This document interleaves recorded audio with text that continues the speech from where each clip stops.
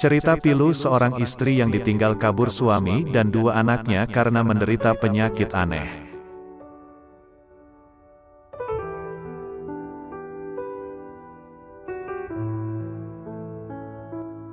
Enti Sulastri, 35 tahun, hanya bisa terbaring lemah di kasur ukuran 1,5 x 2 meter, dengan beralaskan perlak warna coklat dengan selimut bercorak belang putih dan biru tua. Badannya kurus, kakinya tampak kaku seperti dalam posisi sila dan tangan kanannya mengepal kuat.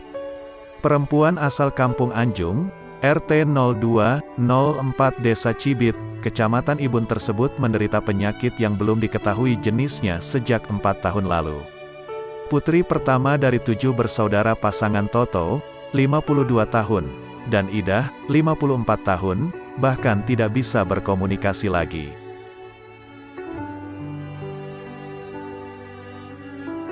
Lidahnya sudah kaku dan tak bisa berucap sepatah kata pun. Mirisnya lagi, Enti yang kondisinya seperti itu justru ditinggal suaminya, yang turut membawa kedua anaknya pergi sejak 2 tahun lalu. Sejak kondisi Enti makin parah, suami Enti pergi tanpa pamit dan alasan apapun dengan keluarga Enti. Kondisi Enti bahkan kini sangat memprihatinkan. Berat badannya pun hanya tinggal 20 kilograman. Padahal saat masih sehat, berat badannya mencapai 52 kg. Berat badan yang terbilang sangat sehat bagi seorang perempuan dengan tinggi sekitar 165 cm.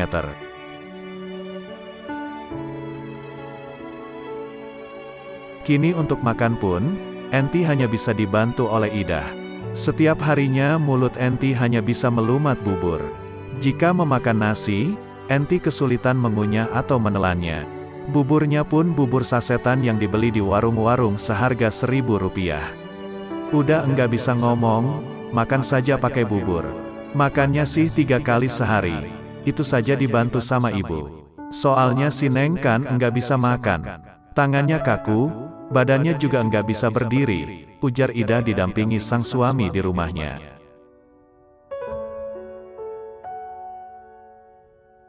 Untuk buang air besar dan kencing pun Enti juga berada di kasur. Idahlah yang sehari-hari mengurus dan membantu semua aktivitas Enti selama 4 tahun ini. Terkadang, Toto pun ikut membantu jika sedang tak menjaga pemakaman umum. Awal mula Enti menderita penyakit itu pada sekitar pertengahan tahun 2013. Kala itu Enti tengah berjalan menuju rumah ditemani salah satu adiknya. Tiba-tiba, Enti terpeleset dan mulutnya berbuih seperti mengeluarkan busa. Awalnya saat jalan mau pulang ke rumah sama Pipit, 25 tahun adiknya, tiba-tiba kepeleset dan mengeluarkan busa. Saat itu Neng udah enggak sadar dan langsung seperti itu. Udah enggak bisa bicara juga, badannya kaku, ujar Idah diamini Toto.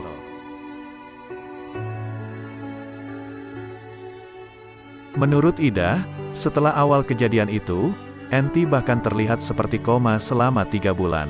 Namun, mata Enti kemudian terbuka berkat menjalani terapi dari orang yang berdomisili di Kecamatan Ibun. 3 bulan kata orang mati suri, kayak orang koma.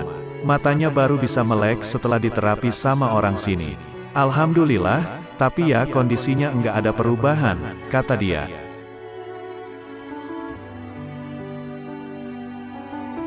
Pada tahun 2014, Idah yang mengandalkan uang dari pekerjaannya sebagai penunggu warung dengan upah sekitar Rp30.000 per harinya, memberanikan diri membawa Enti ke RS Ebah.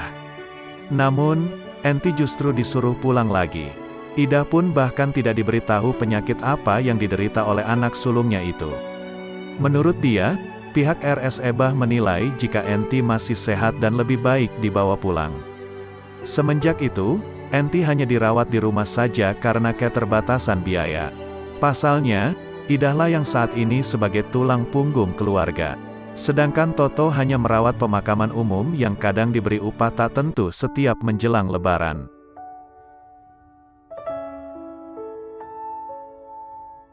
Anak-anak Idah yang lain yakni Dadang, 34 tahun, Engkus Kusnadi, 30 tahun, Pipit, 25 tahun, Ipan, 19 tahun, Egi, 18 tahun, juga tidak memiliki pekerjaan tetap alias serabutan. Sedangkan Sandi, 16 tahun, masih duduk di bangku sekolah. Belum lagi, Enti belum pernah mendapat bantuan dari pemerintah. Enti maupun keluarga Ida hanya mendapat kartu KIS dan beras miskin 6 liter setiap bulannya. Itu pun beras juga harus ditebus senilai Rp2.100 per liternya. Belum lagi ditambah dengan keluarga Ida. Jadi total raskin yang diterima mencapai 12 liter per bulannya. Udah enggak ada biaya lagi, makanya dirawat di rumah. Kalau ada uang paling di alternatif, tapi itu juga jarang. Uang Rp30.000 dicukup-cukupin buat sehari-hari. Kadang ada sampingan buat nebus beras dibantu anak-anak yang kerja serabutan, ujarnya.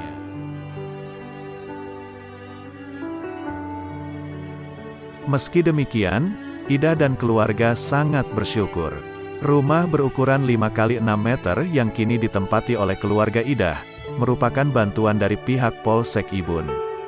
Rumah tersebut dibangun oleh Polsek Ibun, yang dikomandoi Kapolsek Ibun Ibtu Asep Dedi.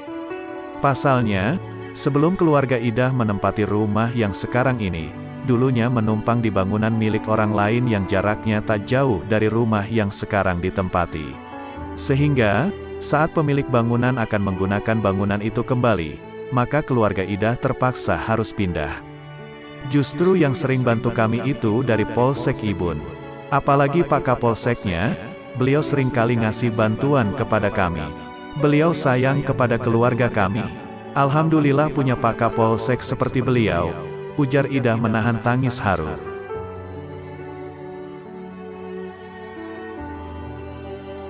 Ida dan Toto berharap keajaiban datang menghampiri Enti, sehingga Enti bisa kembali lagi seperti semula. Ida dan Toto juga merasa rindu dengan candaan-candaan Enti selama masih sehat dulu. Pengennya sih sehat lagi seperti dulu. Terus pengennya kami, suami Enti itu kasih kepastian. Mau anak saya dicerai atau bagaimana? Jangan seperti ini. Tidak bertanggung jawab, malah bawa cucu saya kabur juga, katanya.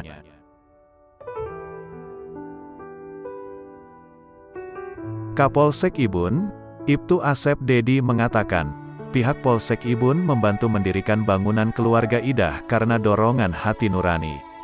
Pasalnya, Ida yang hanya sebagai penjaga warung harus membiayai seluruh keluarganya termasuk Enti. Bantuan yang digunakan untuk membangun rumah keluarga Ida pada Februari tahun 2017 itu, lanjut Kapolsek, adalah hasil dari program Kenceleng Jumat.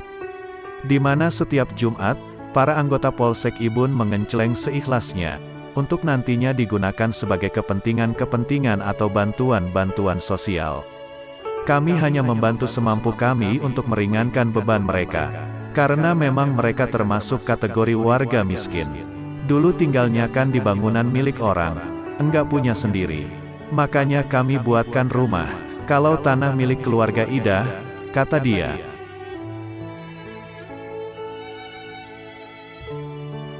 Asep juga mengaku prihatin dengan kondisi Enti.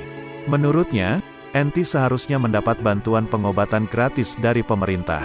Pasalnya, untuk berobat Enti, keluarga Ida sudah tak lagi memiliki biaya. Ibu Enti kan hanya penjaga warung, upahnya pun hanya pas-pasan. Makanya Enti tidak bisa dibawa ke rumah sakit untuk pengobatannya, kata dia.